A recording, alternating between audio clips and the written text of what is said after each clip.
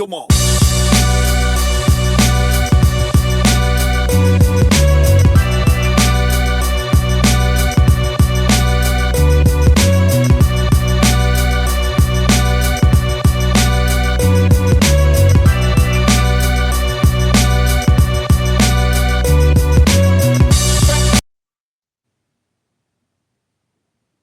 So it's always pushing us and never just, resting on our laurels, but always putting in extra work and extra time to get better at your craft, even though other people may, like I said, sing your praises as well.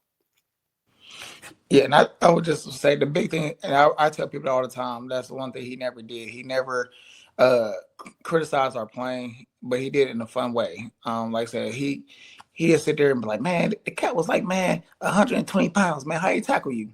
So it's just like understanding, like it's a way he pushed us, but not pushing us, not like being upset. Like he almost did it really in a joking way to make us realize, like, dang, you're right, the cat did get me, man. Like, and it allows us to set a higher expectations of ourselves to know, like, you know what, you're right. I mean, if I'm supposed to be this type of athlete and this type of player, I can't let X, Y, and Z happen during the game, or I got to take charge and do step up and take my game to the next level.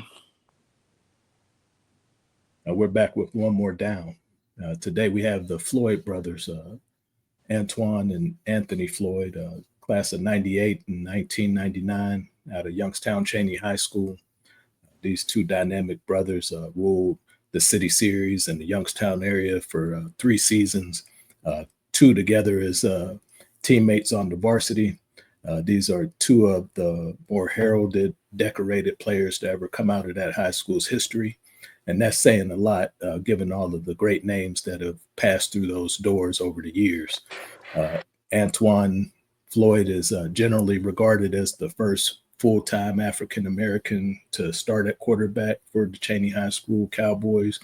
And then Anthony Floyd put his mark down over the course of his 3 years, earning accolades and being forever marked on the Wall of Fame over at CHANEY, a high honor, a high regard for great players that have done scarlet and gray over on the west side of Youngstown.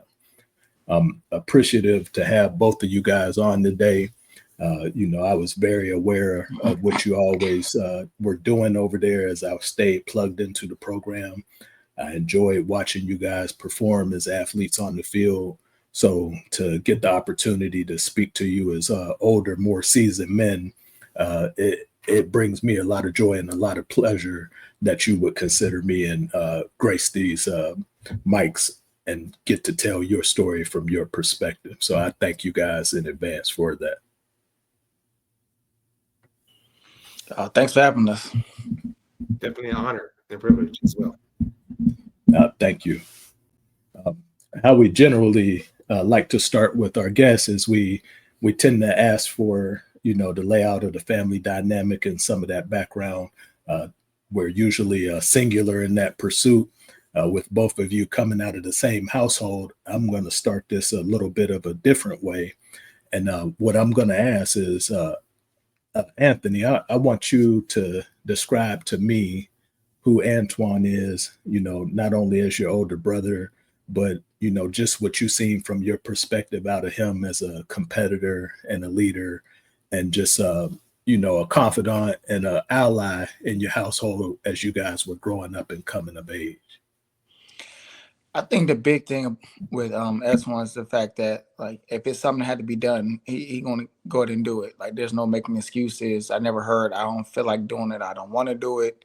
Like I said, we had practice, we there. Like we when we was younger, we started playing on the west side. Of course, sometimes we had to ride the bikes to practice. So it was just having somebody there that's going to push and motivate, like I said, not allow you to slack off. I think that was big to have growing up. And then Antwan, I'm going to ask you to do the same thing for your younger brother, to just describe him from your perspective and give your opinion on who he was as a person and a competitor during your days together at CHANEY. Yeah, so definitely a person that growing up, we never took it easy on him. He was the younger brother, but my parents didn't care that he was smaller, but he had to find a way.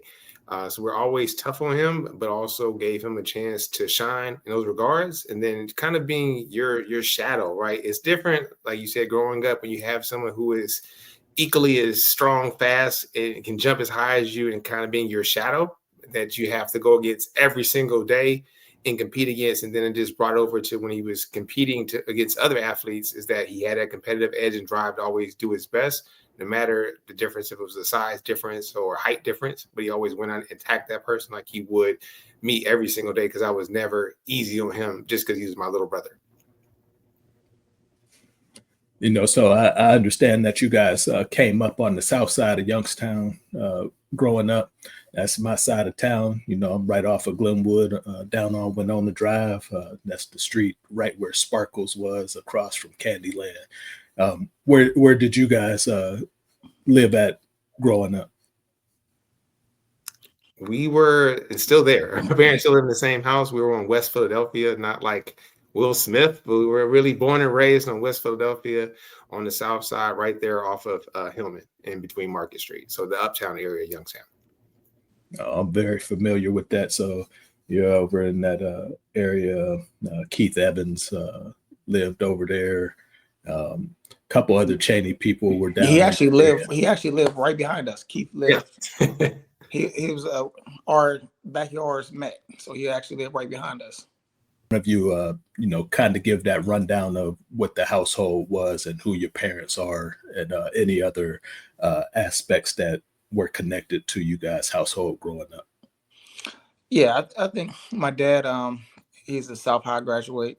So growing up, he always talked about how great South was and his experience at South. He originally was from the East Side, but then his family moved to the South Side. So he ended up attending South. He lived a block away from South growing up. So it to be honest with you, it was a school that we wanted to go to, because like I said, our dad talked about it, and it been a staple in Youngstown. So it was definitely something that we wanted to go to. Unfortunately, with it closing, we didn't have the opportunity to. So we had him, we had my mom, hardworking. She worked every day that I can remember. She'd come get off work at 4:30. She'd put us in the car.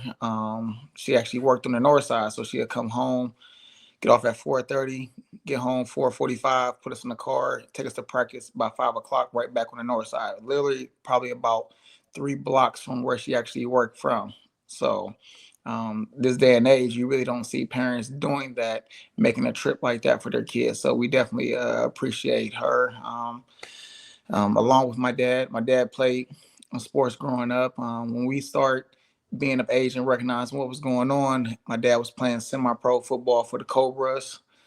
So we always got a glimpse of football, quality football at that time, firsthand. Then he played softball as well. So we was always around sports. So we basically gravitated towards sports. Doing a little research on your dad, you gave me a couple little clues that I could piggyback off of. He was two-time All-City second team as a back, come out of South High School 1971, and then goes on to the Kansas State Teachers College, which everybody now knows as Emporia State. The one thing that I found interesting was that Abe Welcher, who was a teammate of his at South, went along with him down there. And Welcher was, a really good high school linebacker who ended up getting switched to running back. And he's in their Hall of Fame down there. But in 72, him and your dad were backfield mates. And at the first 3 games of the season, they're both averaging over 100 yards. And that team ended up playing in what is the defunct Boot Hill Bowl for NAIA that year. So, talking to Coach Demesco, who was the head coach at South before it closed. He went to Emporia as well, and he gave us some background in how so many Youngstown guys got down there. Somebody had a connection, and they just came back year after year and came to South and would take guys from Youngstown. So a lot of guys ended up matriculating out that way. I remember hearing your dad's name from the Little League level back when I was in the Bonnie Rogers League. One of my best friends played for him for the Little Warriors. And then, as I understand it, he kind of moved around organization to organization once you guys started appearing and attacking the game yourselves. From you guys' point of view, what was that like having a dad that played the game at a high level, understood the nuances and what it took to be successful? How did that play out in that father-son dynamic as the two of you entered into playing football? I think the biggest thing was really whatever you did, you could do more. It was if you scored 4 touchdowns, he'd be looking at the film and doesn't give you any credit for the 4 you scored, even though it might have been spectacular. It was like you should have scored 5. How did you let that person tackle you, or why didn't you make that throw? So it was always, even though other people were saying give you accolades and your praise, it was always about getting better at what you were doing. So it's like, okay, 4 wasn't enough, I'll try to do 5. So it was always pushing us and never just, resting on our laurels, but always putting in extra work and extra time to get better at your craft, even though other people may, like I said, sing your praises as well. Yeah, and I would just say the big thing, and I tell people all the time, that's the one thing he never did. He never criticized our playing, but he did it in a fun way. Like I said, he'd sit there and be like, man, the cat was like, man, 120 pounds, man, how he tackle you? So it's just like understanding, like it's a way he pushed us, but not pushing us, not like being upset. Like he almost did it really in a joking way to make us realize, like, dang, you're right, the cat did get me, man. Like, and it allows us to set a higher expectations of ourselves, to knowing, like, you know what, you're right. I mean, if I'm supposed to be this type of athlete and this type of player, I can't let X, Y, and Z happen during the game, or I got to take charge and do step up and take my game to the next level. I can relate to that. My father was well known around the Youngstown area. He played basketball at YSU, was inducted to their Hall of Fame, and then he went on to pursue baseball. Had a little bit of time in the major leagues with the St. Louis Cardinals. 2 other uncles played for a number of years at the major league level. So I understand that angle that you're kind of hitting on in terms of getting critical teaching at a young age, maybe before you're able to grasp, what the person is trying to drive you towards.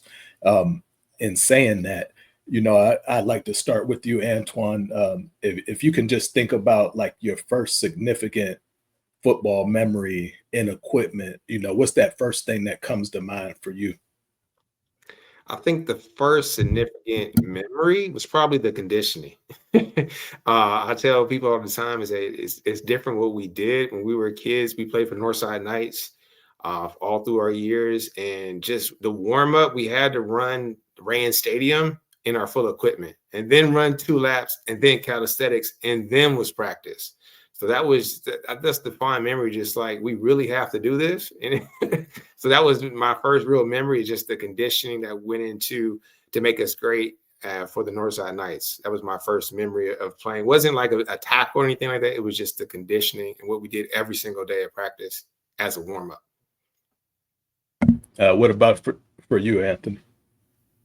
Man, I was just joking about this the other day. I remember, I mean, football wise, like I said, it was, I remember being a small guy, and they threw me in on the team, and we had a scrimmage, and the Buckeye Review was there. So, like, I'm back at safety. The Little League safeties, like, you just back there, like, holding your mouthpiece, doing this. I think I was 7, and I was holding the mouthpiece. The cameraman took a little snapshot. He did a little article, and I was like, that was my first real memory, to be honest with you. It was like early in the season, being in the Buckeye Review, like I said. But Esmond said I didn't really do nothing that year or so. But I said I got proof that I was on the field because I was in the Buckeye Review. I remember I had one touchdown at my first year. So I remember those two things. I don't remember too much else. I remember, but I be honest with you, a lot of it was getting used to playing football, being part of a team, and seeing other good players play, whether it's on my team and then of course the higher teams. Um, it was definitely a good experience just seeing how football is supposed to be, and like, and okay, now I have something to look up to and inspire to be like when I get my shot. I know for me, I didn't enter into playing until sixth grade, but because of how Youngstown was at the time, football was just kind of everything for boys back then. So if you're not playing it in front of your house or, in the middle of the street, playing it at school on the playground, um, you kind of seeing guys crisscross through the neighborhood with equipment going to the various teams, various practices. I think everybody had a guy in their neighborhood that played for every organization at least once by the time he got to junior high.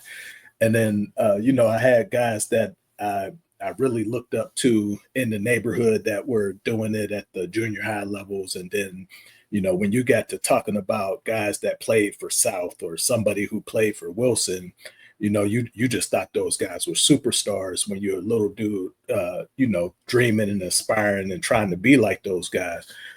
Did you all have anybody that you looked up to or ahead to kind of gauge yourself or, shoot for that level of where you thought they were at the time?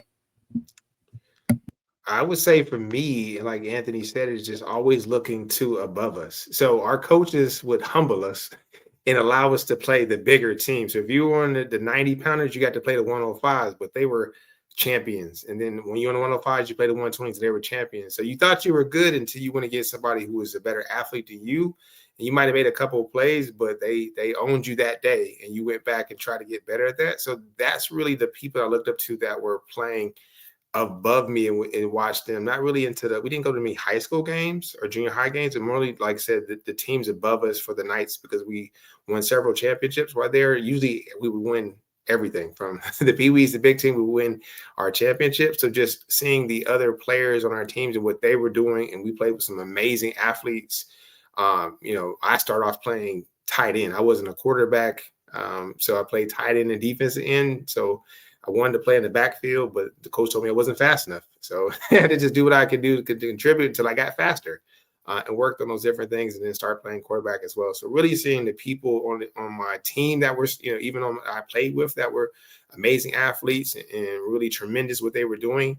And then also the bigger teams as well that we got to see it be a part of for the Northside Knights.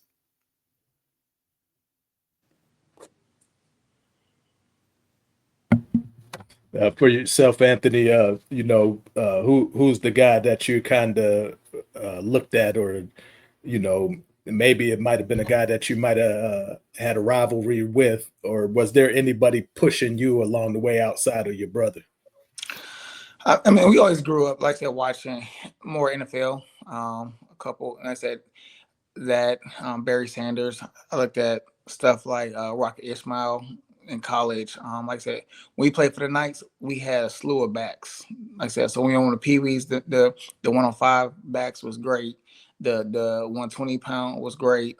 So it just looked, like I said, looking up to those. I always was one to say, okay, how can I be that next person? Because like I said, at that point when I played football outside of NFL, those was the person that we seen. Like I said, we didn't go to a lot of. We don't think we went to no middle school games at all at that time. So I didn't go to no high school. Maybe I think I went to one high school game. It might have been a rain game. But it's like your names like Juice that played, like what's the name? That's wasn't that Keith Jones that played went to Rain, played basketball.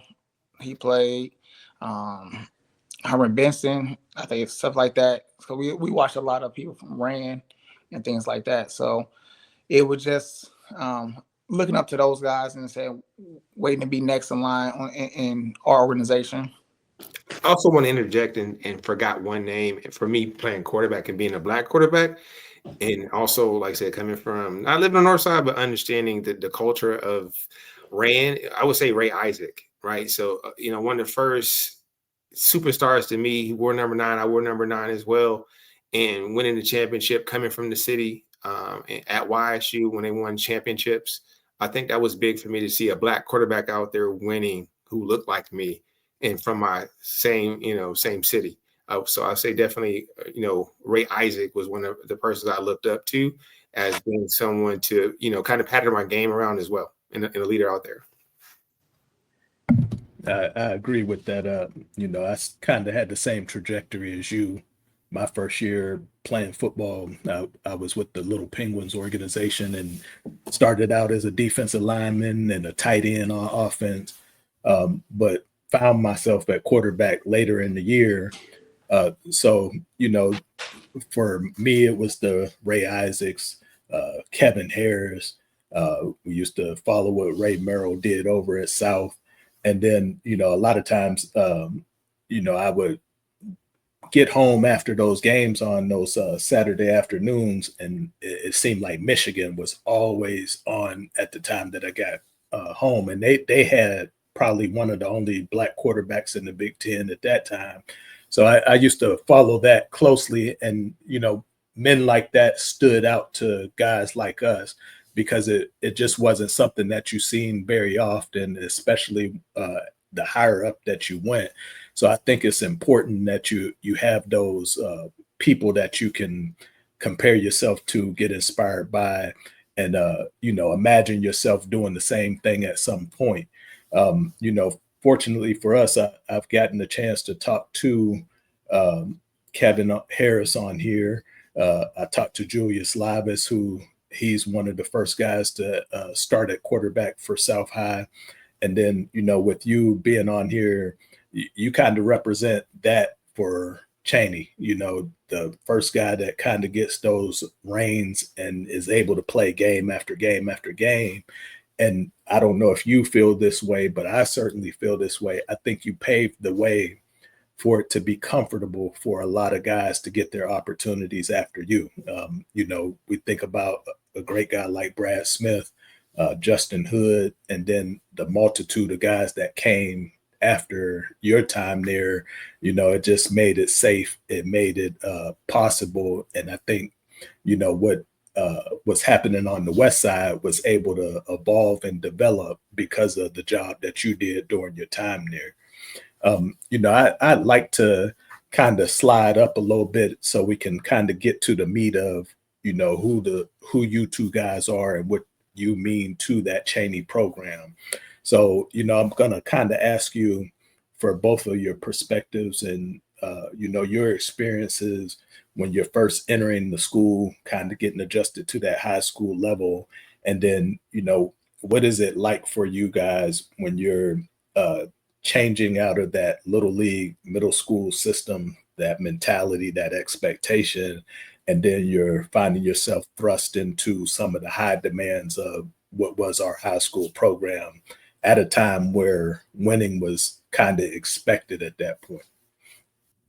I think for me, the biggest adjustment was probably understanding the pecking order. I'm not a person that I like to break the rules a little bit and be myself. Short, confidence, kind of like a Shador would be today, right? They don't like because you're confident, but that's why, because of the household I grew up in, the people that I was around, to be self-assured and very confident, even though I was a freshman. I think that was the biggest adjustment for me, trying to be like, there's a pecking order in high school, but I'm like, I'm a great athlete. There's no order to this, even though you're supposed to be a freshman and do all those different things. So I think that was really the biggest adjustment for me, was understanding that you kind of have to pay your dues, even though your talent level may be little bit superior than the people that are higher up or on the depth chart. as well. So that I think was the biggest adjustment for me, is just understanding like you still have to go through the courses of being a freshman and a sophomore as well. I say the biggest thing for me, as an athlete, I think the biggest thing I do is go into a situation and try to understand what I'm going into. Be honest with you, we ain't even know nothing about CHANEY before we got there. Like I tell people all the time, Antwan ran track, and that's the first time we had to like try to find. It wasn't no, hey, let me just Google it real quick, hit the GPS. Like we was over there lost trying to find a school. So like we had really, to be honest with you, we had no familiar with the school at all. So like stepping into now going to CHANEY, it was like, okay, let me learn about the history. Let me learn about some of the athletes and understanding what the expectation are. Like you just said, it was winning was the became the norm. So it's okay, how do we win? So with me, I try to figure out how we win. What's the process? What do we have to do? And how do I fit into helping us win? So that was the biggest thing for me, is having an opportunity to look forward to who was the stars.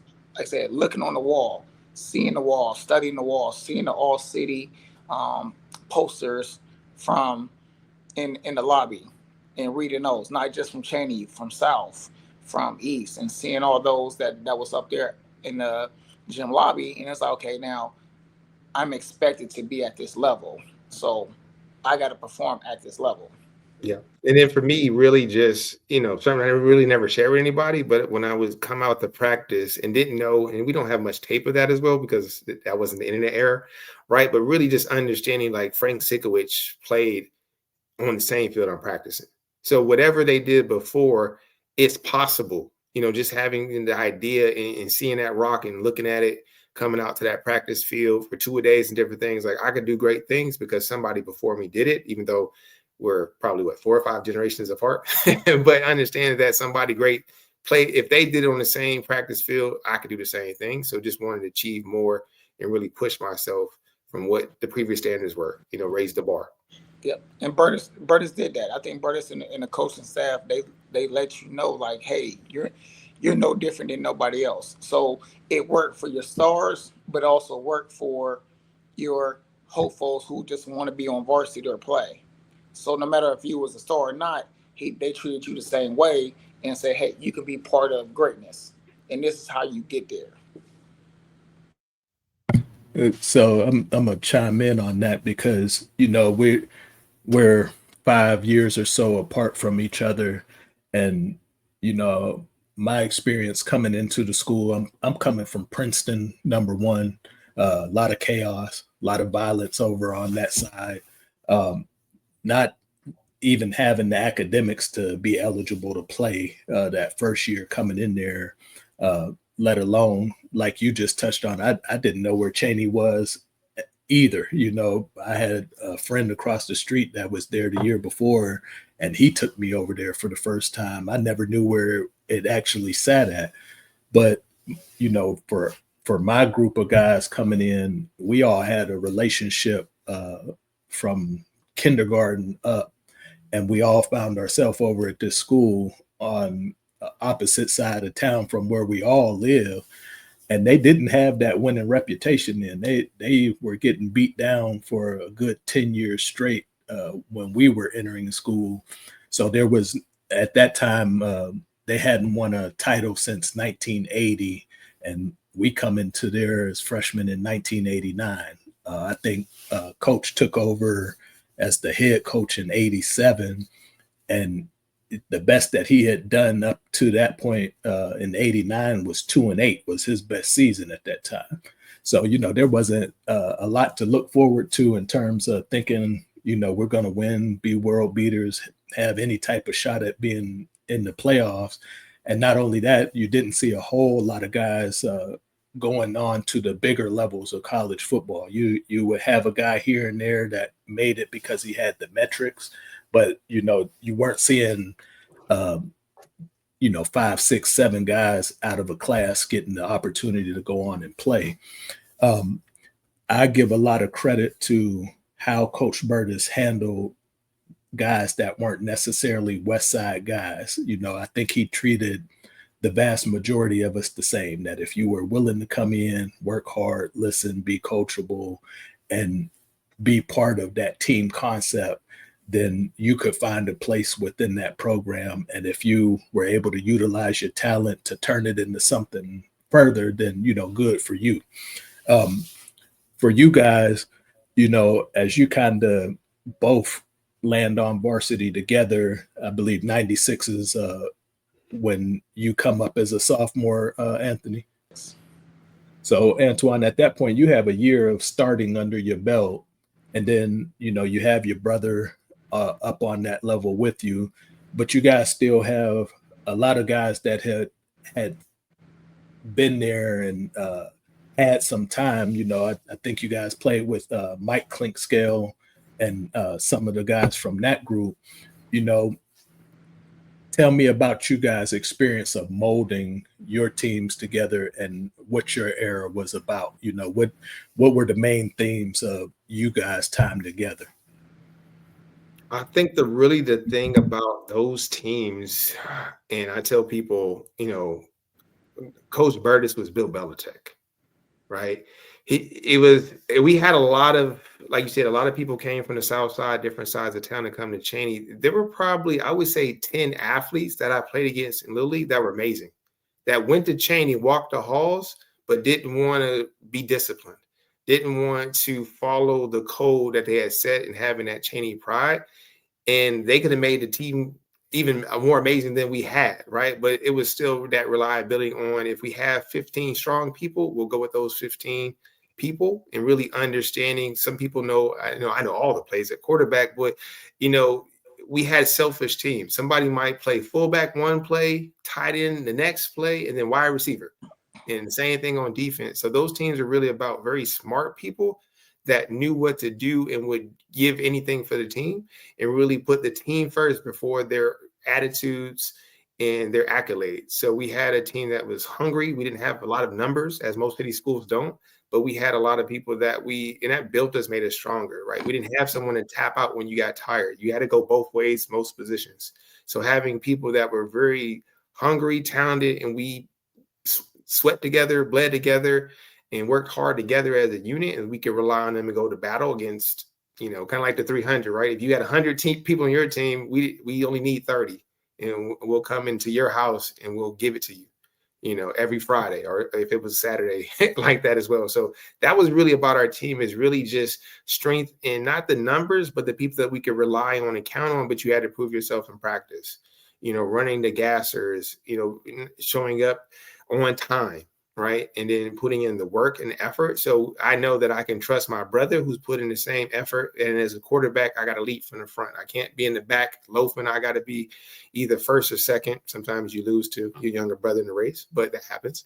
So it's a little bit different from the team that we had. It's just really the structure of our core unit was so strong, and they might be undersized, but they all had fight in them, all had grit, all had that mentality to not give up because they don't want to let their brothers down. I've said that would kind of embody the team that we played on. I just think, even going off of that, just look at our conditioning. I was talking to a parent the other day, and I was telling them, when we had to run the 2 laps to even start conditioning, like our front time was 2:30, the back time was 3:30, and guess what? Every time we did it, Monday, Wednesday, Friday, it was a different person getting that front time. It was your time to step up and get it. All right, I got it. All right, you got to get it this week. Next day, you got to get it. And I think that will really help, like that's what I'm saying, is push that team, because you come together, because, hey, you're going to contribute somewhere, and show your teammates that you got it. Then, like I said, even on the back end, hitting at 3:30, you didn't want to be able to cost your teammates some extra 40s that you had to run if we didn't make that back time. So, I mean, that was what really pushed us together. Even little stuff like that, which a lot of people, like said, coaches now take for granted. They don't do that. They don't build that into their workouts. But having that, hey, I'm gonna be there for my brother. When I say my brother, I'm talking about the teammates. You know what I'm saying? I'll be there for all my brothers to make sure that I don't cost them and do extra. And I think that's what really instilled and helped Cheney itself push and win a lot of games compared to other people. I mean, we didn't even have a home field. So guess what? We got to go into everybody's house and smack them. So that was the mentality from day one to even getting ready for practice. Yeah, we had a one team mentality, and if you messed up, we all messed up. So I don't know if you ever heard the story about the 40-40s that we had to run for messing up in practice in time, but we ran 40-40s that day because we just were having a bad practice and people weren't running through the line, one step, football's game of inches. We had to run 40-40s in time in I practice. remember, Oh I yeah. remember, I remember hearing a story about. I don't know if y'all. I remember a story about 90. I wasn't there for the 90. I heard it was a 90 a couple years before we got there. Oh And yeah. I was there. I ran all 90 of them. it started with 10, and they wanted to get near. Nobody wanted to get near that 9. It was one of them stories like, hey, if it's true or not, we don't want to find out. It was just like you said. It was the small things. It was the not finishing through the line. It was the cursing when you're tired that added on 2 or 3 more. And then, what really made the mistake is in your delirium when you're that tired, how coach used to start trying to make deals with you, but it was never a deal. It was always something worse. But you're so tired that you can't think straight. So he might say, well, we'll knock off 20-40s if you guys do 10-200s. And, guys are hearing the lower number and they're like, yeah, let's do the 10-200s. And you're thinking that's more yards that you're running than if we just did the 20-40s. Touching on that, it's not just about Coach Burtis, but I think it was more about the philosophy, because if you think back, I know for us it was Coach Popio, Coach Mikovich. We had Coach Zelensky back during that time. And as I think back to each one of those men, they all have a different temperament. And, things feed off of what the head coach is kind of passing down and setting the tone as. But each one of them are able to push different buttons for different guys. For the two of you, what was that motivation for you individually in terms of getting to those goals, whether it be individual or team goals? For me, I think it was just understanding football, and for me, understanding how I fit into the scheme of things. I think that was the big part of me. It was never just a goal. Our goal was to win. Our goal was to lead. And it was always lead by example. I was never a big rah guy. Like I said, I could be last going out on the field. I prefer to be last. In college, hey, I was an All-American. Guess who out with the last one on the field when we came out the tunnel? Me. It was just knowing where you fit in leading by example, picking people up. Even like after Antwan left, and like I said, and I became a captain my senior year, it was helping other guys. How can I help other guys get better? Like that's one thing that I always enjoyed about playing, is the fact that seeing my teammates do something incredible that they didn't even know they can do before that.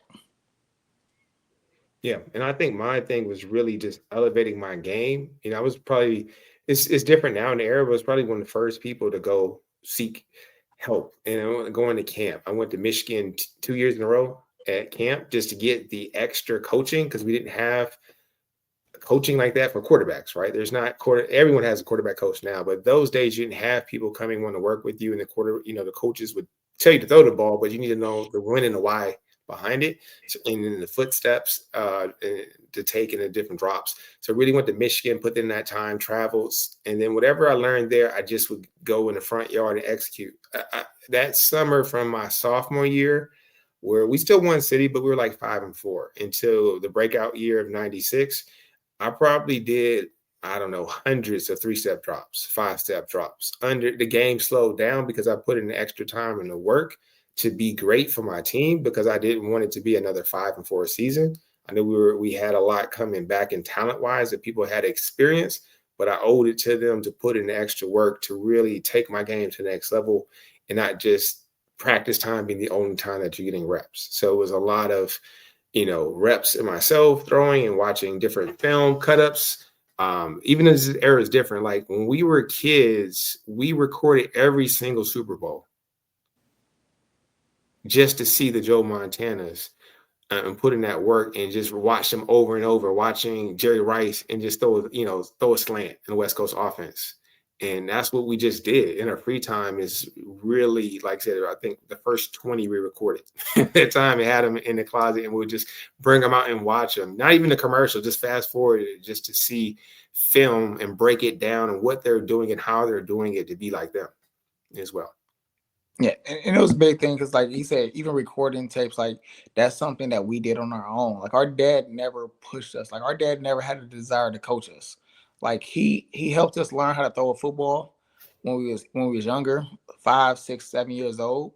After that, he never really had a desire to coach us. Like, I mean, he always worked, so he wasn't the dad that sit at practice and watch and criticize the coaches. Like, he just allow us to play, and he seen us wanting to play, so maybe it wasn't no need for it, but like it wasn't, hey, you got to go to the league, you got to go this, like I said, parents now, that's their motivation. I mean, that's what it is, and at the end of the day, that wasn't what we had. So I feel it was a lot of less pressure off at that time. So it was just like, hey, you like to play football? Here, go football. Go play catch. You know what I'm saying? Or he like, here, go play catch with us. But then that was it. But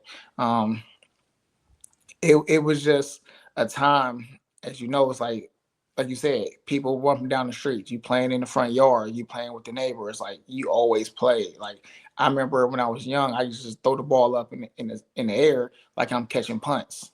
And it's 8 or 9 o'clock at night, pitch blackout.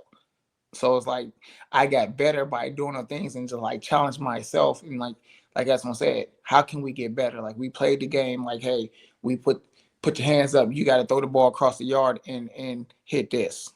Hit the hands. You got to throw the ball. Hey, how far can you throw? Can you throw it over the power lines? Can you throw it 2 driveways? Like I said, and that's the things that we did, and I think those are the skills that we competed on as kids. It wasn't just like I'm just better than you, but it was like, hey, can you throw this? Yes. Can I throw this? Boom. Let's throw the ball over the house. Like literally, like you stay in the backyard, I stay in the front, throw the balls and see what we can do. And I think that's where like it made us enjoy playing football. Yeah, we didn't know that we were doing these drills that people would be viral YouTube videos now. We were just trying to one up each other as being brothers and competitors with each other. So, like you said, we had a game, we actually called it On the Money. So you had to throw the ball, and it was the same thing. I didn't know that I was working on ball placement by throwing it to his left hand upfield shoulder 10 yards away, and then he's catching the ball, but you can't drop it. It doesn't count. Because we had that, back in those days, they would say if it touch your hands, you're supposed to catch it. So we believed in that, both of us. So it's just one of the things is that we just competed with each other and one up each other. We were always practicing. And the same thing is that we would stop playing catch until we couldn't see. If you threw the ball, got hit in the face, okay, it's time to go in the house. I can't see the ball anymore because it's dark. So it's over. And then do the same thing the next day. So we probably got thousands of reps together, just throwing the ball to each other and doing different drills that people work on now. If you're a wide receiver, you stand to the side, you run your arms like that, catch it. But we were just doing that all the time, but like throwing out of bounds. Toe taps. Yeah. So seeing different people, like we always had looked at the elite NFL players, so looking at what Chris Carter would do, but we would do that all the time. It's just letting your body go and lean and just laying out of bounds and doing that. We've done that thousands of times. So when it comes to a game, you see a highlight. How did he do that? Like, that's just one time you saw it. Versus if you looked outside the window, we were doing it all day long, day after day. Even in the snow, like it didn't matter. So, I for part of you guys experienced CHANEY, I was away at college, so I didn't get home and see some of what you guys were doing. But I was there for the East playoff game in '97 when you guys come back after losing to them the week before. And I just remember how big of a game that was, because during those runs, at various points, there's a lot of CHANEY dominating the other teams in the city because some of the talent and the proficiency had just gotten lopsided, and one of those keys was just based off of our conditioning. We were so well conditioned that I think even if teams had equal talent, over the course of quarter 2, 3, 4, that separation just began to show itself. The first time that I think I saw you, Anthony, play live, I came to the Boardman game, and I saw how you took this kickoff back, and that was the first time I really understood that you played football on another level for a high school guy, because at that point of my development, I had played 4 years of college football and had seen some great athletes across the country and doing that. And I saw you doing things at the high school level that a lot of guys, it takes them a year or two of adjustment at the college level to start picking up on. And this play in particular, I see you catch this kickoff. I see you jog the first 5 or 7 yards, and you're allowing the blocks to set up. And then you see the seam open up, pick it, hit it, and then you go down the sideline for a touchdown. For yourself, Antwan, I was there at the state championship game up in Massillon, and also at that playoff game. I brought those 2 games up because, for the quarterback position, watching you do it at that level and comparing it to the guys that were around and I played with, they did a formidable job. Rick Havarella did a great job in playing his position, but you were the first guy that I seen, play with cool and calm and make decisions, and distribute to multiple guys, not by accident, but on purpose and with intention. And I think it had a lot to do with why you guys were so successful around there, why you guys were so successful at knocking off some teams that other people would regard as too tough or too big or too much depth for a CHANEY team. For you guys, you kind of tend to be the focal point in a lot of ways in 95, 96, 97, and how people talk about those teams. And maybe it's because of the accolades that you achieve. Maybe it's because of the stats that you guys put up. Maybe it's because of where your trajectories went beyond CHANEY. But, I'm kind of interested to know, from you guys' perspective, how did you see yourselves in comparison to some of the league competition, some of the area competition? And then as you answer those questions, I'd like to transfer into the conversation, going to college and seeing things on a higher level than what you came out of. So, if you could kind of start, Antwan, being that quarterback, having the all-city recognition, having the all-state recognition, how did you see yourself in terms of in relation to the backdrop of all the praise and all of the attention that you received as a quarterback for those teams? I think I saw myself as being, like I said, a step above, but that's when I actually saw it's different when you only compete in your area. So when I went to the camps at Michigan and saw the other top quarterbacks, saw the other wide receivers and defensive backs and what they were doing, and was able to see like, okay, I belong here, right? To see what they were doing as well. And then just kind of my own secret sauce. Like I really, because of my build and my height, really, and I wore number 12 because of Randall Cunningham. So I wanted to be like Randall Cunningham and just be an athlete out there and do different things that weren't really done before and seen before. So I wanted to be able to do that and really just saw myself as even, one time, Burgess doesn't give a lot of compliments, but one time he would just jokingly call me Randall. I was like, Randall who? Like Randall Cunningham, sir. Like, oh yeah, I do play like him and have that number 12 because of Randall Cunningham. So that was really just knowing what other competition was throughout the country and seeing other people up close that were competing at a high level. A lot of them that I went to camp with, went on to have great careers in the NFL. As well. So just really understanding like I belong here as a player and I put in the time and effort to, get those accolades and put in the time and effort, you know, understanding the game and, like you said, distributing it to not just one person, but understanding the why behind it and what the concepts are, and understanding them of who get the ball, and also throwing at the right time. You know, a lot of people at high school level throw when the guy's 5 yards behind them. So that's late. Understanding, like, if he's, you know, he's even relieving, especially when you have an athlete on the outside like Anthony, like, there is no such thing as a cushion for you as a defensive back. It's over if he's, you know, you're not going to jam him either. So once he gets a head start, it's just about a time of when to throw the ball to him, and he'll go get it as well. So it was just really seeing myself as an elite athlete, and was really trying to set my own kind of standard, right? My own new ground as being one of the first Black quarterbacks. And I also had that kind of behind. It wasn't ever anything that was brought to my attention while I was playing there about making people feel comfortable. But that's one of the things, like I said, is that I never try to make people feel comfortable about what they're doing. I just really try to play within my own ideas and what envision I have for myself, and really be able to lean into my experience and the things that I wanted to do and accomplish, even though it hadn't been done before. But I also went back to the days at Volney playing basketball. We were the first city champs. And then Anthony's year, they were also city champs in basketball as well. And then, you know, for yourself, Anthony, you know, with all of the attention that you garnered, you know, maybe some hate because of the attention at that level, and just being such a great dominant player for those 3 seasons, you know, what was your own viewpoint of yourself within that mix?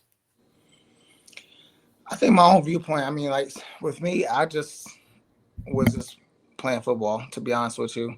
Like I said, I enjoy playing with my teammates. I enjoy being there. Like I said earlier, I used to tell people that state championship team, it was special because we didn't have the best team. Our 96 team was actually like 2 times better than the 97 state team. But the thing about it, everybody played multiple roles. Hey, if we need you at running back, go play running back. If we need you at tight end, go play tight end. Like I said, we had Ali Hatar. He played running back, tight end. He played receiver. I mean, and Jim Lotto played tight end, played receiver. So if we needed you, everybody stepped up and never complained.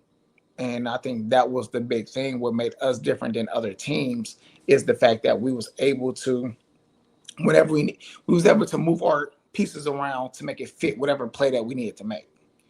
Compared to most teams was like, hey, I got this guy out here, he can only do this. Like, nah, like I can do this. Let me go to do this. And our team trusts you to do that. So if you like, hey, it's a play for you to be backside with Jim Waddle at receiver backside, because I'm gonna run the decoy on the front side, he gonna be wide open on the post. We're gonna do it, and we trust them. And I think that's the big thing with that is, even like Coach Burtis, is to trust us. I remember so many timeouts. We'd come in critical points, timeout, hey, what do y'all think? And he'll ask S1, he'll ask me, he'll ask a couple of other players, like, what do you think y'all can do? All right, let's run this. Cool, he'll call it. And I think just having that ability to be free to play football and to be a leader, I think that was the big thing where it really allowed us to have fun. And I tell people also all the time, I almost quit playing football going into 96 to my sophomore year. Because with me, I played Little League. I was on good teams, but I was always the best person on my team. I was one of the best people in the league. So when I got to Volney, it was a new experience because I had a different set of kids that I used to play with. Like I said, playing inner city football was a lot different than some of the football that other kids played. So it was when we played the city series, because you still play Hillman, you still play Adams, you play Princeton, you play Hayes, like you play North. Like those are tough teams, and like I was always the one that had to step up and make the play. If we wanted to win, Anthony had to make the play. So we got the same thing. Now, 9th grade, we go to CHANEY. Like with me, I watched all the players play. I watched the Steve Cleanscale, the Tyrell play, Eddie Long play. They had a lot of African American starters, but yet like I said, and watching them, then like I said, I get there, I'm playing as a freshman, and once again, Anthony always had to make the play. So I got tired of it. I ain't gonna lie, I got tired of it. And I remember sitting down there. I I told my dad one day. It was like right before. It might have been midsummer, June or July, and I was like, I really don't feel like playing no more. Like it ain't fun because it always relied on me. The good thing is they talked me into say, hey, just go out and try it. And now when I went out and I started getting varsity reps, it wasn't about me. It wasn't about the team. I didn't have to rely. Like I said, Antwan was there at quarterback second year. Shoot, he had more pressure than I did. So only thing my pressure was is, hey, how can I step up and try to play varsity now and be better than some of the people that was on varsity compared to I had to be the star. I had to be the one that scored a touchdown or we're not going to win. So like my mindset totally changed. But then, like I said, moving into the next year, that's when their senior year, we had a different dynamics of team. So it was really like just go out and play and have fun. So like it really relieved all the pressure off of me, transitioning from had to be the guy to just play football, and it carried on to, like I said, my sophomore year and my junior year, didn't get into my senior year where we had a lot of younger guys. And guess what? I became, hey, how can I help the younger guys play? I had Brad Smith, was the starting quarterback, was a sophomore with no varsity experience. He played freshman, then went to varsity. Marcus Patton, Sylvester's brother, Tony Smith, ended up going to West Virginia and playing. Those was like the skilled people around me. So I transitioned to be, hey, how can I help these guys and be a part of the program, step up and help them contribute to the program. So it really helped me stay focused. So, I'm kind of interested in knowing because, you guys developed and started choosing your pathways. I know for yourself, Antwan, you started out at Penn State. Um, are you able to touch on a little bit of, what led you to wanting to go to State College, be a part of Joe Paterno's program, and then I'm more interested to know because I think there's you spoke about it in a way a little earlier for the era that we played in and the area that we come from. I think generally speaking, as football players, we're developed in that area to just be football players. So you might be able to plug in on offense, defense. You might be able to play 2 or 3 different positions because it's a matter of toughness. It's a matter of mental fortitude. And when you compare that to other regions of the country where you get up to those college levels and you start to realize like some of these guys are getting taught the nuances and the small intricate details of the game at those high school levels. And I say that in regards to like when you look at how high school football is developed in Texas, how it's developed in California, Florida, the things that those guys are exposed to at those younger ages and lower levels, it's a cut above what we get exposed to in the Youngstown, Northeast Ohio area. Our thing is about we're going to line up, we're going to come straight at you, we're going to hit, we're going to run the ball, and then, we're going to see who comes out on top at the end. So, I'm interested to know what your experience was going into that environment at a school like Penn State where football is big, the atmosphere is big, and how your football IQ, your preparedness, how did that mesh in that environment when you got there? So when I went to Penn State, it was different. So I went in as a quarterback, but then to start of camp, they wanted to move me to wide receiver. So it was a different era, and my acronym for football really didn't increase at Penn State like you think it would. I remember, funny story, we had our offensive coordinator, and I was, like I said, a student of the game, going back to watching all the Super Bowls. So I watched the game one night. It was remember like it was yesterday. It was Purdue versus Wisconsin, and Drew Brees threw like 70 times. And I'm like, and I'm drawing up the plays. I'm like, Coach, if we run these bubble screens, they can't stop us. And he's like, that's not our offense philosophy. We can't do that. We're going to just hand it off tackle and run, the 32 personnel. I was like, that's old football. That's not how the game is moving. And we just got into an argument about me drawing up these plays on the board with him. And now, as you know, everybody runs the bubble screens and the quick screens. It's just part of the game to get the ball in athletes' hands. So at the time at Penn State really wasn't the best experience just because of their philosophies. But actually, my acronym really expanded tremendously when I transferred to Florida A&M. So our coach was a system of he believed in the West Coast offense. So we actually were unique in those regards. Even to this day, is that I tell people when I was at FAMU, you get the whole playbook. So you call all your own plays, and you also get to call your own alignments and adjustments as well.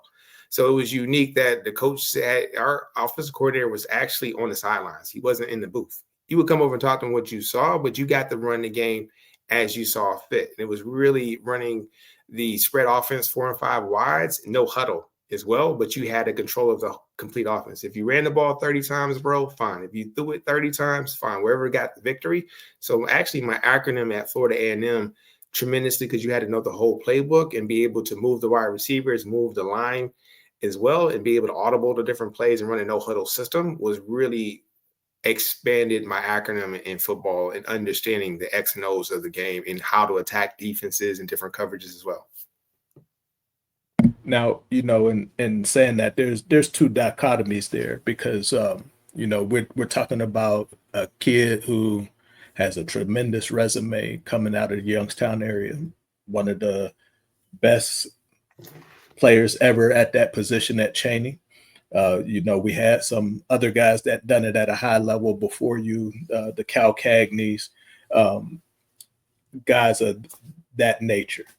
But, what I guess what I'm asking is there a disappointment in going to this place where you envision yourself initially and then it not panning out the way that you might have expected or the way that it might have been sold coming in, and then to springboard off of that and get to a place like Florida A&M. In our area, the HBCU system isn't talked about a lot during our time. You had Central State, you might have heard about Howard, but nobody's really coming into our territory to grab guys like us that far up north. Right. And for you to go play for a legend down there in Billy Joe, what is that like to have those two different experiences under two great coaches and two storied programs, just maybe at different levels, different parts of the country. But those that are in the know or those that follow football know that those are, you can't go wrong with either one of those experiences. So for you, having gotten a taste of one and then stepped into another, what was the disappointing part about Penn State for you versus the redemption part at Florida A&M for you? Right. So I think that we're talking about different eras, right? Like now we're in the transfer portal era, so it'll be different story. So there definitely was a disappointment. Only one quarterback can play at a time, and then sometimes coaches do have kind of their guy in a sense. But I wanted to compete. Funny story is that we went to the bowl game, and the bowl game prep, you get those extra like 10 practices. So they actually had me as the scout quarterback, and we were running Kentucky's offense, which at that time they had Tim Couch was a spread offense. So I'm killing the first team defense, and we come back for our spring first meetings, and everyone's like, yo, they got to let you play quarterback, man. You got to. You were killing the first team defense out there. You're going to play quarterback. And then they were like, no, you're still wide receiver. So that was kind of, for me, the straw that broke the camel's back. And then going to FAMU was really that redemption because I understood what it was about to play for a coach that gave you the freedom to be able to play and do the things you want to do. So was it definitely some disappointment because I'm a competitive person at that time. Penn State was #1 in the country. So I thought that I was on that par of that level, but it didn't work out. Like I said, it's a different era now. It's okay for quarterbacks to transfer and be there in camp and go somewhere else and go play. But the one thing I really learned is that you got to go where you're wanted. You know, it may be a smaller school and you're like, they don't have the best record, they don't have the best stadium or those different things like that, they're not on TV on the prime time. But if the coach wants you and they're excited about you, you know, go there, go play and make your own mark, your own legacy versus trying to go somewhere where you're kind of a guy versus where they want you to be the guy. I really learned that lesson in recruiting. Will tell any kid, you know, if a coach is high on you and they're hammering, you know, calling you all the time, and you're looking for that big offer from, you know, the Power 5 schools, you might just be a guy and they have other people in their plans. And there's another guy just like you who they're really excited about, but they just need to fill out their roster, right? And have 3 quarterbacks in camp just in case one gets hurt, but they're not really high on you. But that other coach is like, man, it'd be a dream if you come to our school and come play with us, because it was in some aspects of those smaller schools that didn't have the best records, but they were really excited to have me be there. So really just learning that lesson, I was telling especially any quarterback, right? Go where you're going to play and they want you to be part of the system and you're in that coach's vision for his program and not just be a guy in a program, I would say. Very well put. Anthony, you know, having your brother kind of jump out there and get that toe in the water at the college level ahead of you, you know, you end up landing at the University of Louisville, and then, you know, you end up being very productive, one regarded as one of the all-time greats down there. You know, what was your process in terms of entering in there after having a storied high school career, being very proficient on both sides of the ball? You know, how do you settle on being a defensive back for that university? Well, like I said, as we talked about earlier, going to camp, I said, of course, I went to Michigan camp for 2 years as well. And being just going as an athlete, and I remember going to camp and like you said, you being around those stars, being around people, like when they brought people in that was top in the country, top 5, top 10 in the country at their positions, they're coming into camp. So I'm competing versus them. So I already knew that I was able to compete. I know the one year I won like a receiver award. The one year, then it was funny, ironic, because my senior year I won a quarterback award. I think it was like, or my junior year I won like a quarterback award. My junior year, then going into my senior year I won like a DB award. But it was just, I knew I could play different positions. So when I got to Louisville, I already knew that I had the ability to play. And it wasn't that, it was just, but it was a new challenge to me to say, okay, what can I do? Where can I fit in? Similar like when I came in my sophomore year at CHANEY. All right. So it's a new challenge for me. Now I got to earn my spot. Now I got to really lock in and show what I can do, which actually helped me stay focused. And when I went to camp, we did a freshman camp first. So the first day I went to corner in the morning. Then I went to receiver in the afternoon. Then I went to safety the second day. Then I went to running back the next day. So even like on my visit, they came in. I remember all 4 coaches. They was like, "We don't know what you're gonna play." When I went to camp, they was like, "Hey, we don't know what you're gonna play." Then I think they was a little bit light at corner going into my going into that year, my freshman year, and it was light. So once we got into camp, they was like, you know what, we're probably gonna move you at corner then. So and so been a little injured, so I ended up sticking at corner, and that's how I played. And like it was like maybe like game 5, they was like, we're gonna switch you to safety. Then it was like, okay, now I'm at safety. Then our starting quarterback went down, so the next week I'm starting at corner. So it was like wherever you need me. But I think it was just a big thing. Like I said, go where you want it. My defensive coordinator was the one that recruited me. He came to CHANEY. He came to a couple of basketball practice. I think he came to basketball game. So he was high on me, and it was just like, you know what, we're gonna get the opportunity to play, and it worked out. So got on the field and did my thing. Antwan, you know, your dreams and your career gets cut short due to injury. you know, a lot of times I think the hardest part of being an athlete when you've done it from a young kid all the way up and you've gotten that extra benefit of being able to take it beyond the high school level.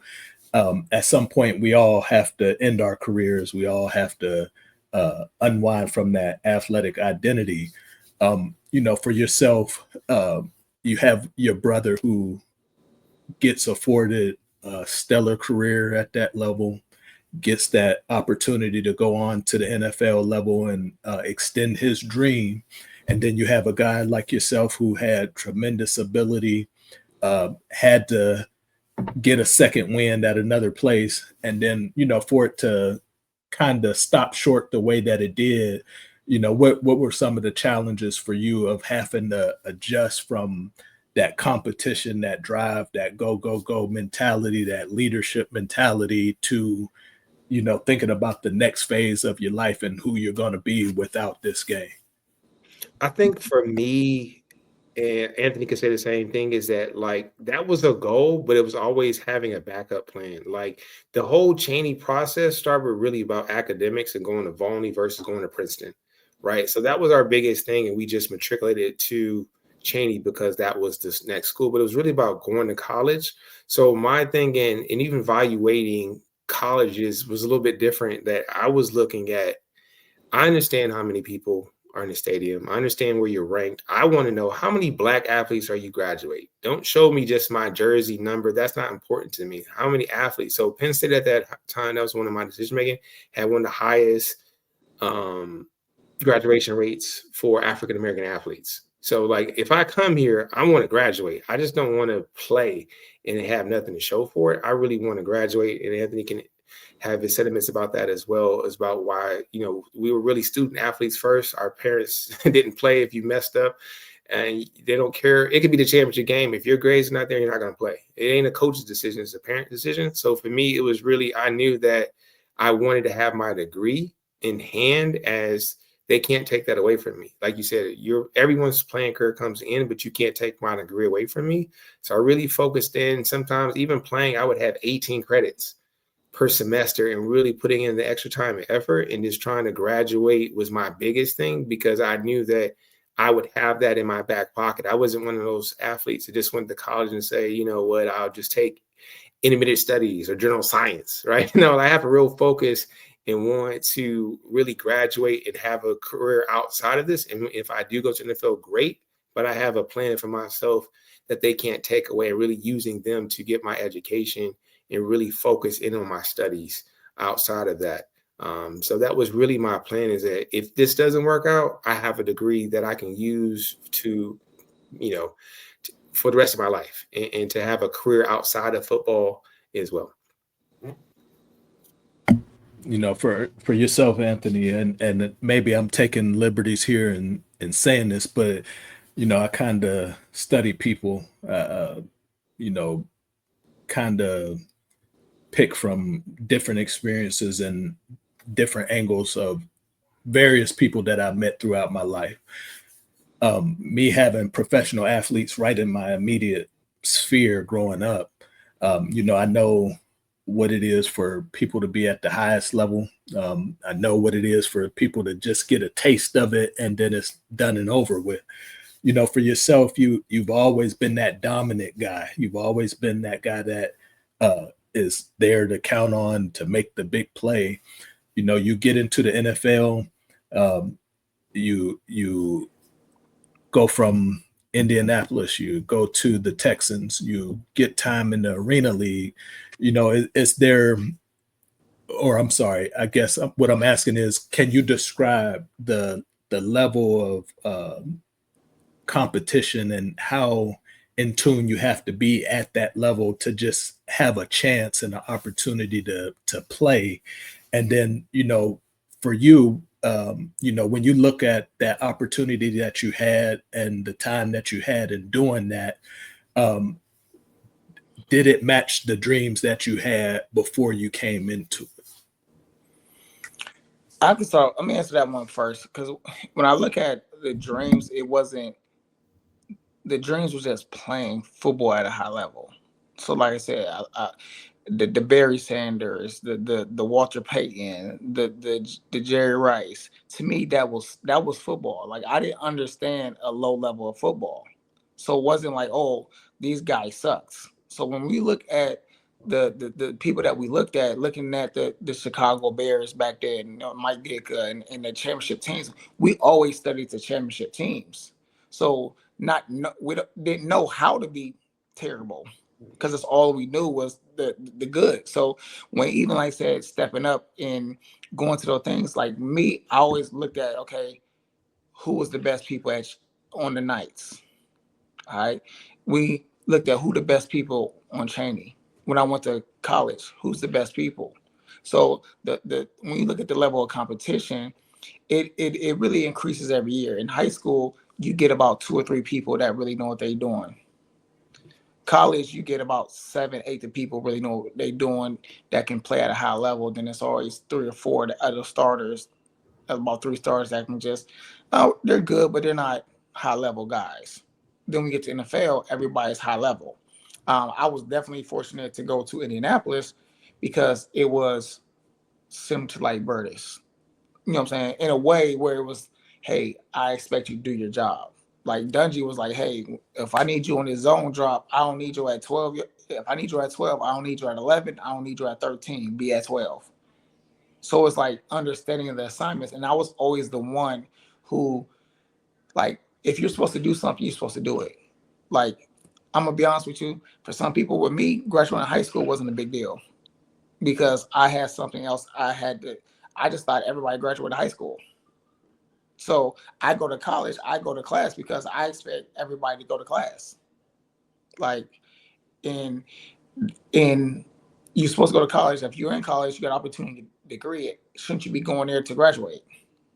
So it's like, for me, that mindset is that, okay, I get to the league, it's, hey, you got to go to practice. There's no skipping practice. There's no skipping workouts. There's no going easy because you're at that level for a certain reason. And that's just the expectation. And you should just do it.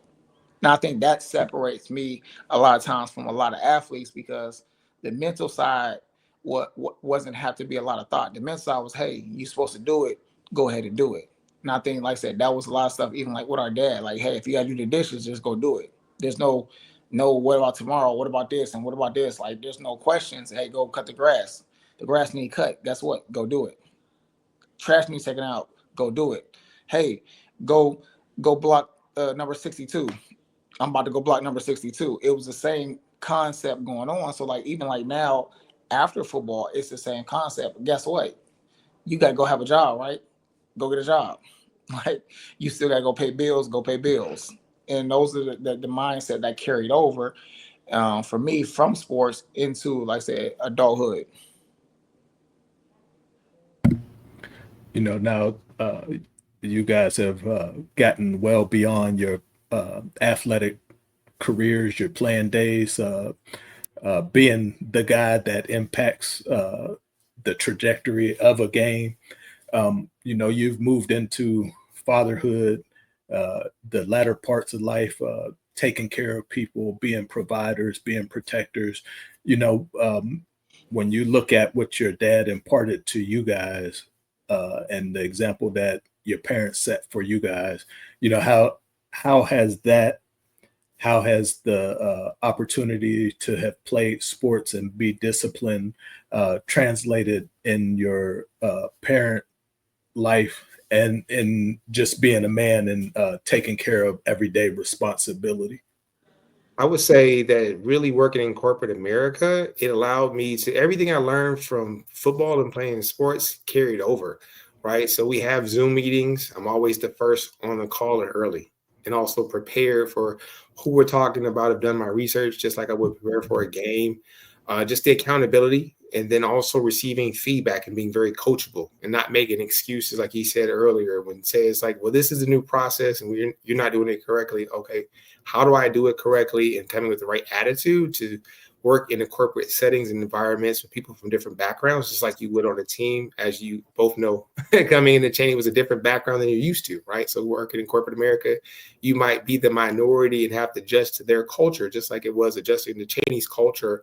And we were brought up on the South Side in different environments that we saw in our day-to-day in our neighborhoods, but understanding, taking those things about working as a team, working for a common goal, being very coachable, accountable, and also just getting better each day, right? Not staying where you're at, but wanting to achieve more, learning more, taking on more responsibilities, asking to step up when needed to run different projects and different process improvements, and giving your feedback, what you've learned, and having a voice. I think that, all of us were captains, right? So understanding that you have to be a leader, and you can be a leader, whatever you're doing in aspect of your career field, but you have to want that for yourself. And I think that CHANEY taught us how to embody that, gave you that kind of fundamentals. And then as you go to different levels and play with different coaches, just re-emphasize and help you to win in the game of life and bring in a lot of those things. Not everybody's going to go to the NFL and have a storied career.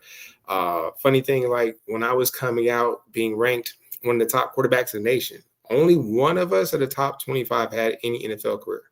Everyone else, even though they were projected to be this 4 and 5, they didn't really have 4 and 5 stars, but one of the leaders in top quarterback in California or in Georgia and Florida, only one of us had an NFL career at all. Some of them got a taste, some played a little bit, some played different areas, but only one of the top 25. You're talking about the top 1% of 1%, right? So it's like, that's why academics is so important. They can't take that away from you. You can always use it. Even if you go to the NFL and you have another career, you may play for 4 years, you can use that to do other business things and have that. But really, education is the key. And that's the thing, is that really taking those things about, like Anthony said, getting the job done, what you came for. You came to get education, not just to play sports, but you came as a student athlete. So use those foundations and then apply it to your career. And same thing, being accountable for your family, right? Going to work every day. Sometimes you have to do things you don't want to do. Like you said, people on this one play, you might have to play wide receiver. Or like you said, you start off at DN, but I want to do something else. You might have to learn a role for a year or two just to get into the system and then gravitate towards you want to once your passions and strengths are alike. So this understanding that it's more about the trajectory and trying to get there versus just trying to make a flash in the pan and do that. So it's really about taking the things we learned to the fundamentals about, the little things matter, right? I don't think most of us wouldn't be here if we took shortcuts in life and took the easy route and made excuses for ourselves. So if you have to run through the line on the 40, you ran through the line. So you just carry that over into your professional work life and also for your family. If you're supposed to pick your kid up at 6, guess what? 5:45, I'm pulling up. Right? I'm not going to be 6:20 or 6:30, or it doesn't matter. It matters to my child to be there when I say I'm going to be, so she understands what a man is supposed to do. And you're accountable for your actions as a man, and you step up and you don't make excuses. But it's not a thing that men use, right? It's just you get it done for your family. You make the sacrifices any way you have to, but it's not a thing or making excuses for it. So we kind of learned that early on in CHANEY, and you just got it done.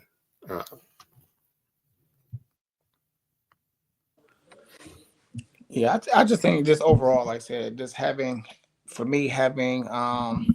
relationships with my coaches throughout the years. With that, I mean, of course, like I said, being my father being really my first coach, unofficial coach. Like I said, he never coached me one down, but doing the little things, like I said, teaching us how to take care of our business. I mean, I went to, when I played for the Knights, I had tremendous coaches that I still communicate with now. And seeing them being fathers to their sons and fathers to the rest of the kids that's there. That was a big part. Middle school was a little bit different. Like I said, there was more teachers, and it was only really 1 year. But then going to CHANEY and being a part of that, seeing Pope and seeing Burtis have their kids with them on Saturday mornings. Hey, Saturday mornings we are at 8 o'clock in the morning. They there too.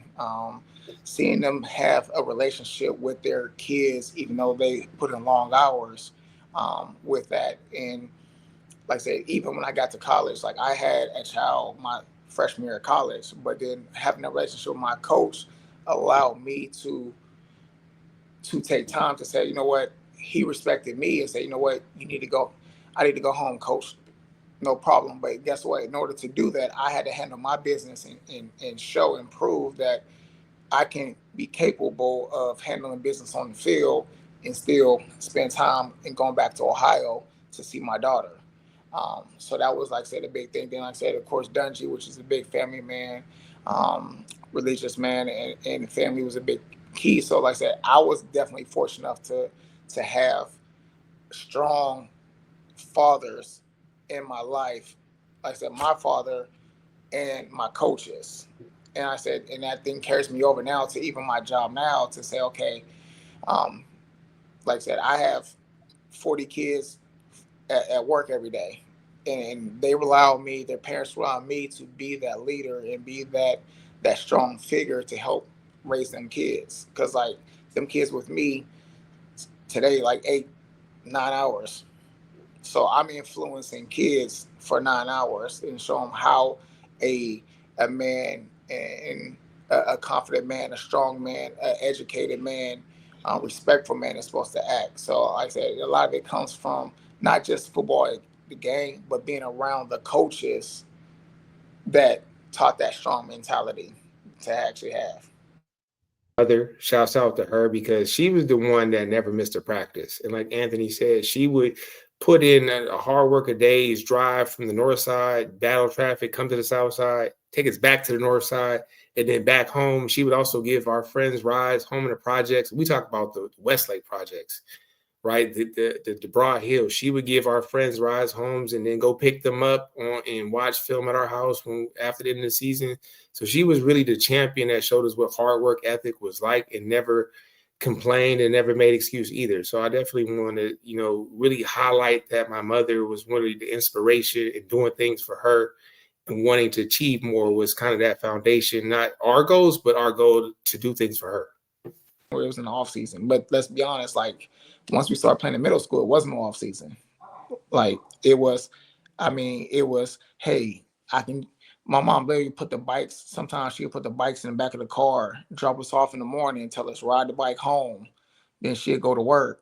Then, like I said, then she'd pick us up for a baseball game later on. Like, I mean, a couple times I had at football practice in the morning, basketball practice in the afternoon, and baseball game in the evening. And it was going to one to the other, or track practice, then baseball games. So it was like, hey, wherever we needed to go, she did it. So like I said, that's where it instilled us if something needs done, go do it.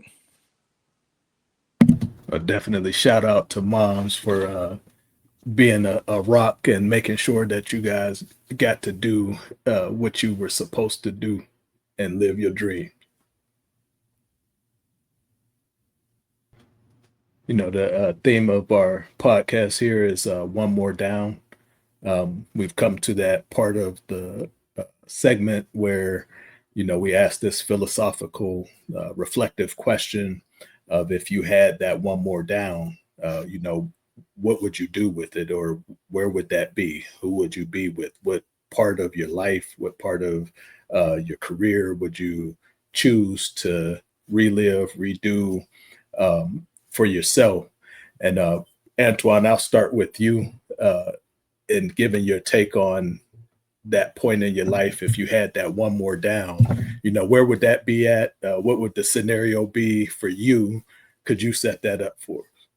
Yeah. So if I had one more down, it wouldn't even be about me. It'd be about my brother. So I remember in the state championship game that he blocked the field goal, but it bounced left. And if it had bounced right, it would bounce right into his hands and nobody would have caught him. So and he would have returned it for a touchdown. And the outcome, we'd have won our first state championship game for the city series of all time. So I think it would really be if I had one more down, that when he blocked it, instead of the ball bouncing to the left, it just bounced to the right. And that would have made all the difference in us winning that state championship game down there in Massillon. So if I had one more down, it'd be just for him to the ball to bounce right into his hands instead of bouncing a little bit to the left. I would say that would be my five. One more down. Dang, Anthony, I thought it was going to take a little more time with that question, so I can try to formulate my answer. I thought it was going to take a little more time. Well, I'll ask you this. for you've had a lot of great days on that gridiron, but thinking about the course of your career up to this point, and it doesn't even have to be football related. This could be anything of your choosing.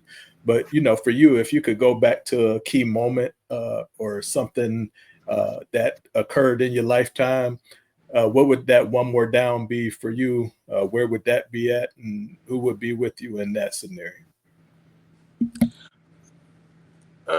That is a tough one. I mean, it's definitely a lot of things that came, and it's like you get a couple what ifs and things like that. I think this. I think the biggest part for me. To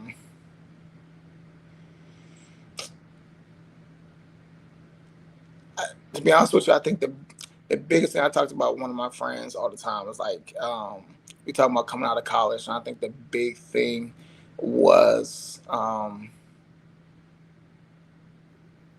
with having more knowledge on a few things. I think the coming out of college and picking an agent was definitely one of the most difficult. I think that was a harder time picking an agent than actually picking a college. With that, because at the end of the day, they're I didn't say your part of your career athletically at least is partly in your hands. And I just think my agent didn't do enough to um, highlight me and highlight the things that I was able to accomplish in college. And I think that um, if I had a different agent, like I said, things would be a little different with that. I think I would have been able to play a little longer than I did because it wasn't anything that I did wrong. I remember I got released from Indianapolis and went to go pick up my check. And a defensive coordinator, I walked in and ran into a defensive coordinator. He was like, "Oh man, like it's just part of the business." He was like, "You're better than the people we have out there. That's going to be that they just because I got released right after the draft of like my going into my third year." And he was like, the biggest regret is I didn't have opportunity really to compete on the field for a spot. They just drafted somebody and just let me go. Like literally the week after it. And he was like, "You better than the people that we have out there. We just have to give them a look." So it became a numbers game for them. And I think with a little better agent would have did a little better job originally. I think that I would have been on the right side of the numbers and played a little bit longer with that. So that's the biggest thing that I look back on and wish I just had an opportunity to know more about it and the concept in order to make the best decision for me. So, I mean, I don't regret nothing. I mean, I played, but like I said, I think I would have had the opportunity to play a little longer. Like when I was in Indianapolis, I was one of the only DBs that never missed a practice. Other people missed multiple games. I never missed a practice. So, like I said, I just got caught up on the wrong side of the numbers game.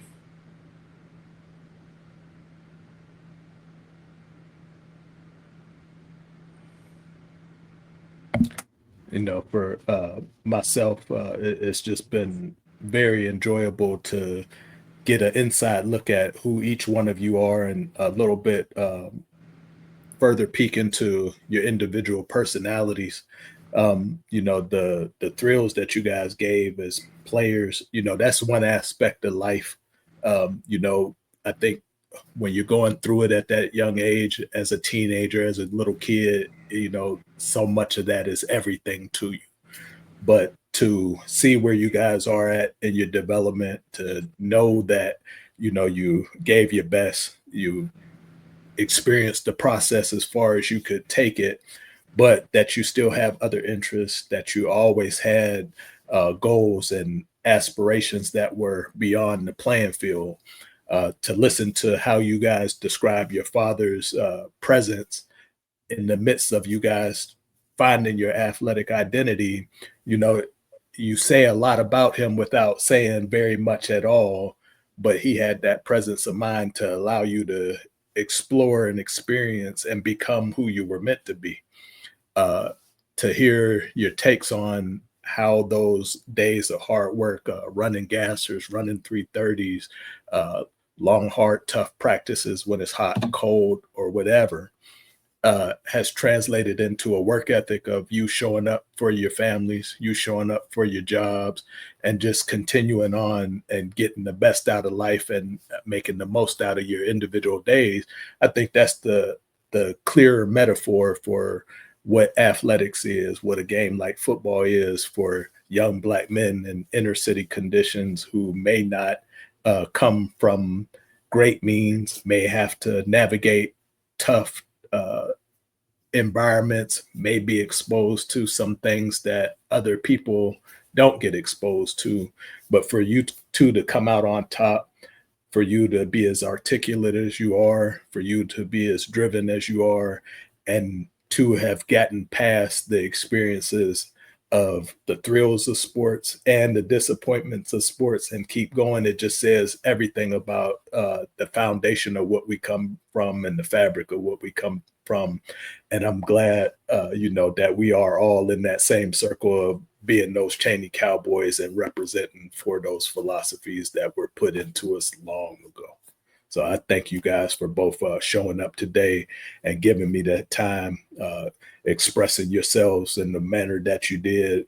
You all talk about team and goals and philosophy that mirrors everything that was put into us as high school players. So thank you guys for being